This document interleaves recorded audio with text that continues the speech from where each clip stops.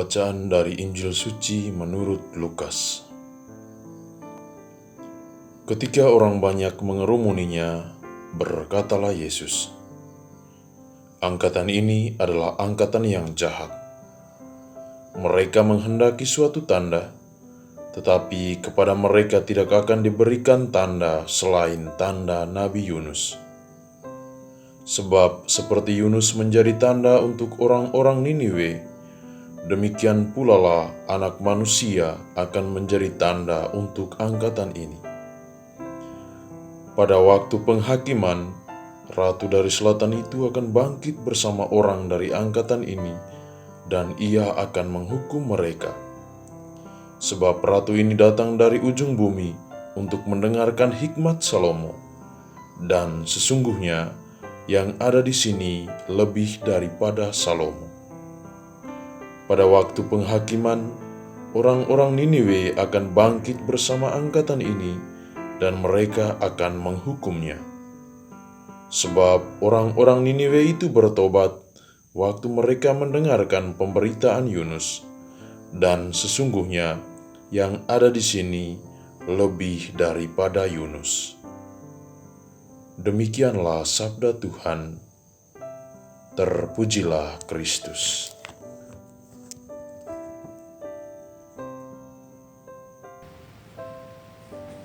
Saudara-saudari yang terkasih, para pencinta dan pendengar renungan harian Verbum Domini yang terkasih dalam Kristus. Semoga kita semua selalu dalam keadaan sehat dan bahagia. Saudara-saudari yang terkasih, kita telah memasuki masa khusus, masa Prapaskah, di mana kita dipanggil dan diajak untuk merenungi dan mendalami peristiwa sengsara dan wafat Yesus Kristus yang telah menyelamatkan kita dari lumpur dosa dan segala kekurangan kita. Kita tidak hanya dipanggil untuk merenungkan peristiwa ini, tetapi kita juga dipanggil, diajak untuk mengejawantakan, mengaktualisasikan pengalaman-pengalaman penderitaan, kesengsaraan Tuhan di dalam hidup harian kita, terutama di masa Prapaskah ini.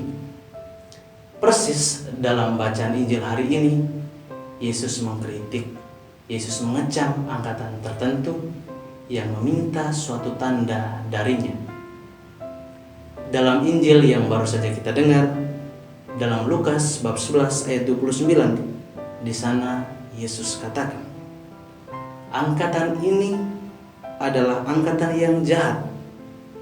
Mereka menghendaki suatu tanda, tetapi kepada mereka tidak akan diberikan tanda selain tanda Nabi Yunus." Saudara-saudari yang terkasih dalam Kristus, angkatan ini yang dimaksudkan dalam Injil yang baru saja kita dengar itu adalah bersifat anonim. Tidak dikatakan siapa mereka. Tetapi yang pastinya adalah orang-orang yang masuk dalam kelompok ini adalah orang-orang atau mereka yang meragukan atau mereka yang masih belum percaya akan kebaikan, akan kemurahan, kerahiman, belas kasih, dan berkat Tuhan di dalam hidup harian mereka. Saudara-saudari yang terkasih, kita bisa berkaca diri apakah kita masuk dalam kelompok ini atau tidak. Jika kita masuk dalam kategori, dalam kelompok atau angkatan yang dimaksudkan Yesus dalam Injil hari ini, bertobatlah segera di masa khusus ini, di masa Prapaskah. Saudara-saudari yang terkasih, kita adalah manusia yang terluput dari segala kekurangan dan kelemahan.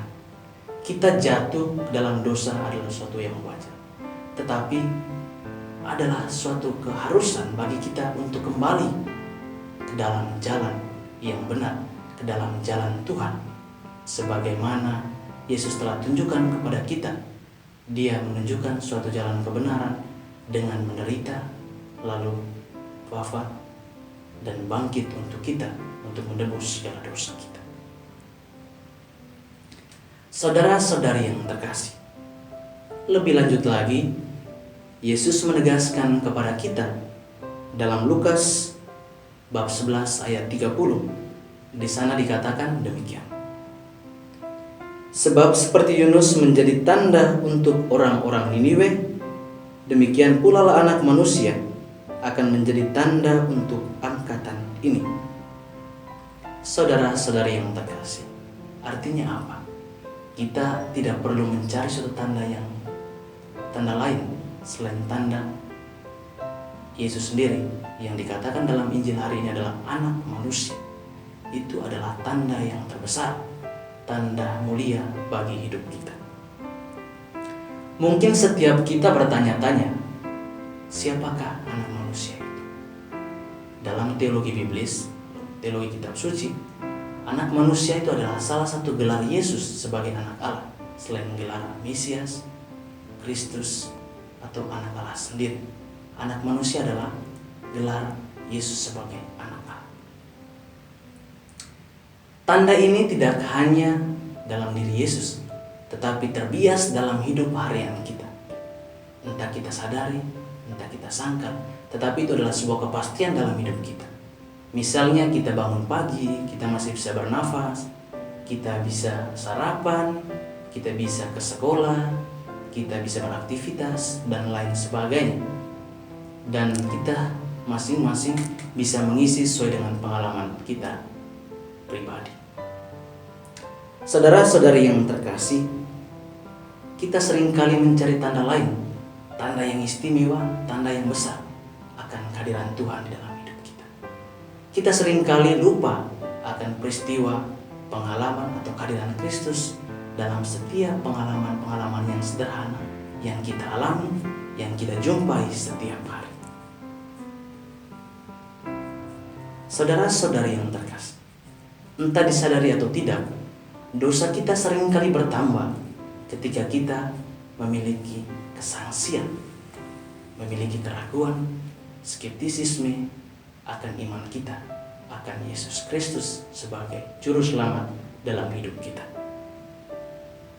Saudara-saudari yang terkasih, setiap dari kita bisa menjadi manusia benar di mata Allah, dan sebesar apapun dosa yang kita miliki, Tuhan selalu membuka jalannya, membuka mata hatinya untuk kita kembali ke jalan yang benar, kembali kepadanya. Belas kasih Allah, kerahiman dan kebaikannya tidak pernah Ia batasi untuk kita, asalkan kita sendiri mau kembali kepadanya.